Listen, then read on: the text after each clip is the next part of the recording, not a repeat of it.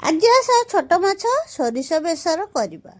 आउ गोटे कथा ये माछर ना किए जानी मत कमेंट माध्यम निश्चय जनइबे। प्रथम कौन करवा ना माछर तार काति पाति छड़े कर भल भाव सफासफी कर हलदी लुण गोल गैस ननस्टिक तावा बसई तेल दे माछटा को एपट सेपट कर भल भाव कड़ा कर भाजी कर रखी कढ़ई रे आउ किछि तेल देई से बाटी रखि बाटण को देली संगे लुण हलदी लंका गुंड देई ताको भल भाव टिके कषिली बाटण भल भाव कषिगला से आंबुल खंडा दे आउ किछि समय कषिली तापर से पानी देई माछ पकई ताको किछि समय फुटिबा को छाड़ीदेली।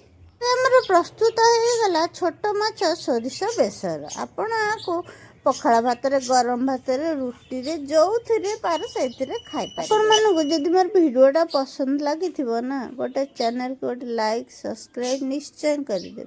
आ फेसबुक पेज रे फॉलो करबा तो जम्मा भी भूलिबे नहीं। रोची देखा नेक्स्ट वीडियो रे। Bye bye.